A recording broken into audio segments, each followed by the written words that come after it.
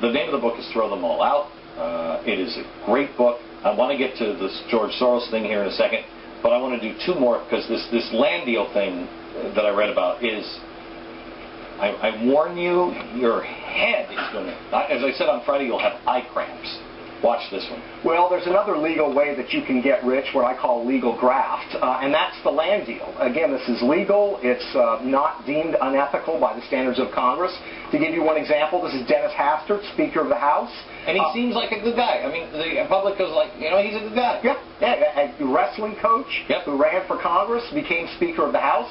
Well, in 2004, he bought, in a series of transactions, 333 acres of land out in the middle of nowhere in Illinois.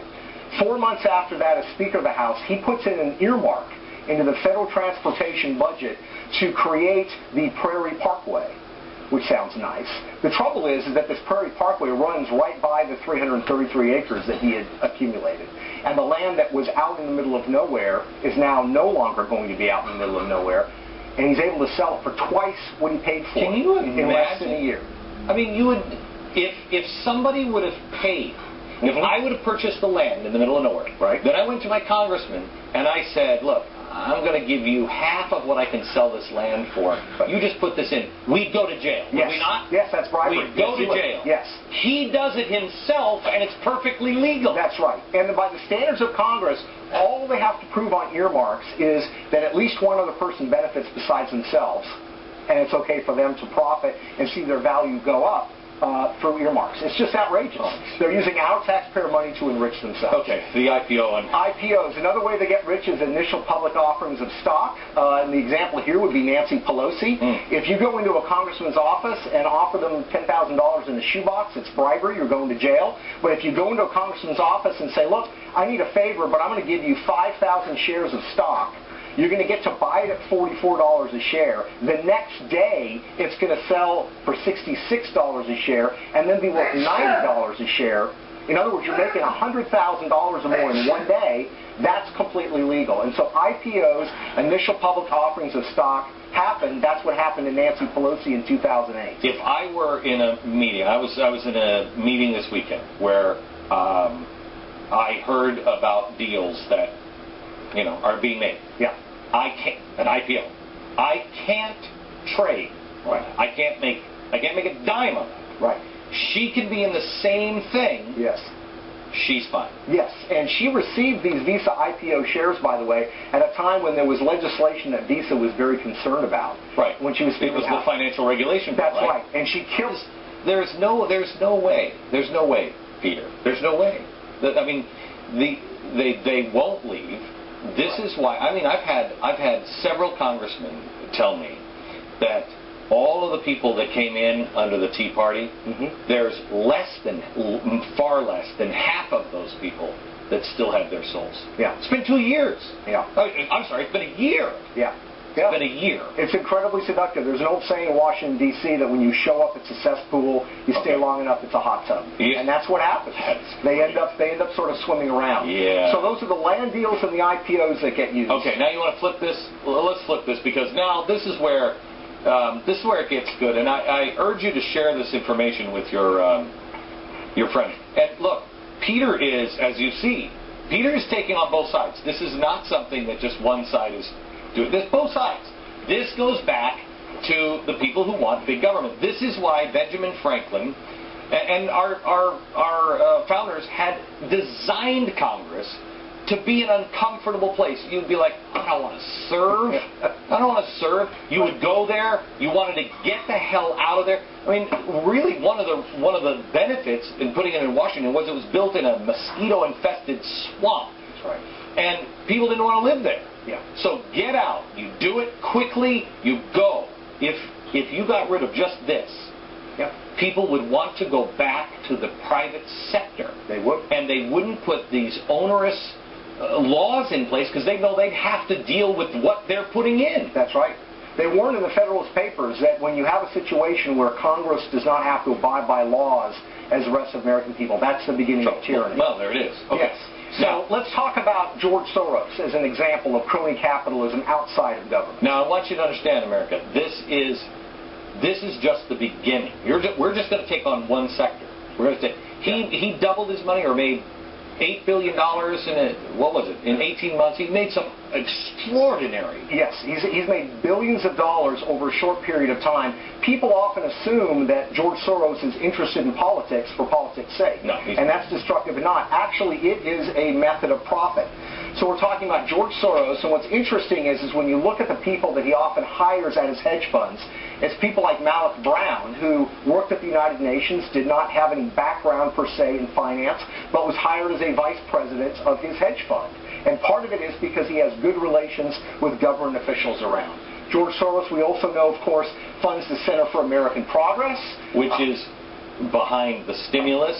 He's also with Tides Foundation, which has designed the stimulus, the Apollo Alliance. All of this stuff, you're saying with the UN guy, it's the same thing as Tides and Center for American Progress. He's affecting politics that will affect his wallet. That's exactly right. And so what you have with George Soros is that in late 2008, after Obama was elected, in early 2009, as they're formulating the stimulus, Soros is neck deep involved in those discussions. He's meeting with the top economists. He's meeting with President Obama. He's meeting with White House officials on a regular basis. And he's explaining to them how to structure the bailout, what it should include, infrastructure, medical, electronic records, that sort of thing. What he's doing while he's engaging in that sort of political involvement is he's buying stock in all kinds of companies. And just sort of look at what happens. One of the companies that he buys into is American Electric Power. In early 2009, before the stimulus passes, he buys 1.5 million shares.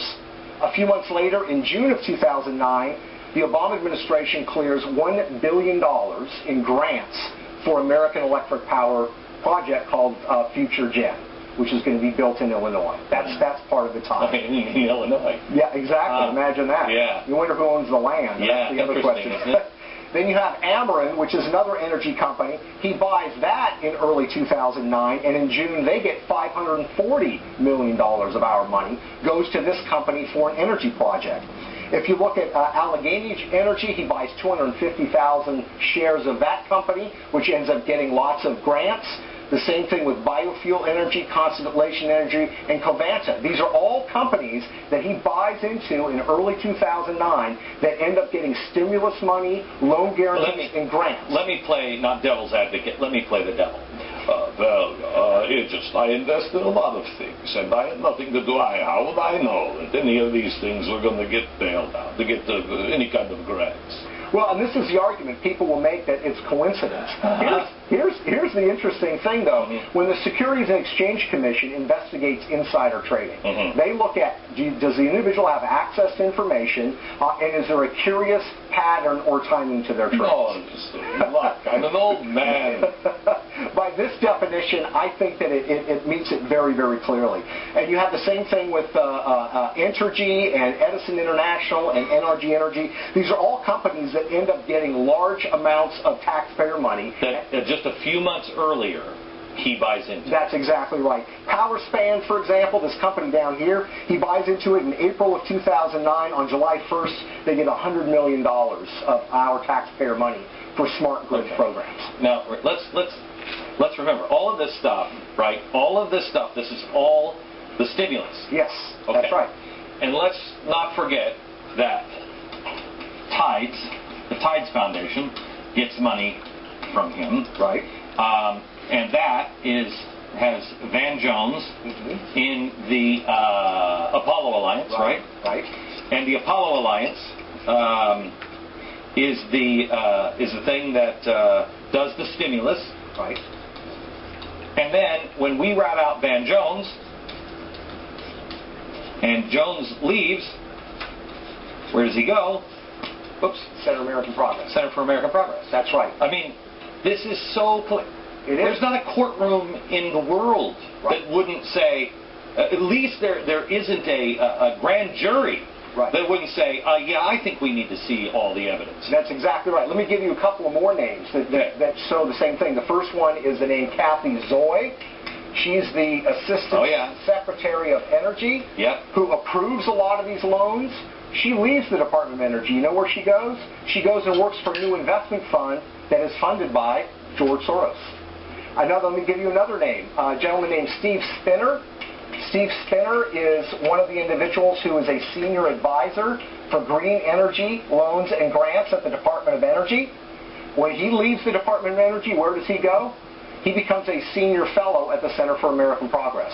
So you see this cycling, this revolving door of individuals who see to it that money goes to Soros-held investments, and then they turn around and work and get a paycheck from George Soros.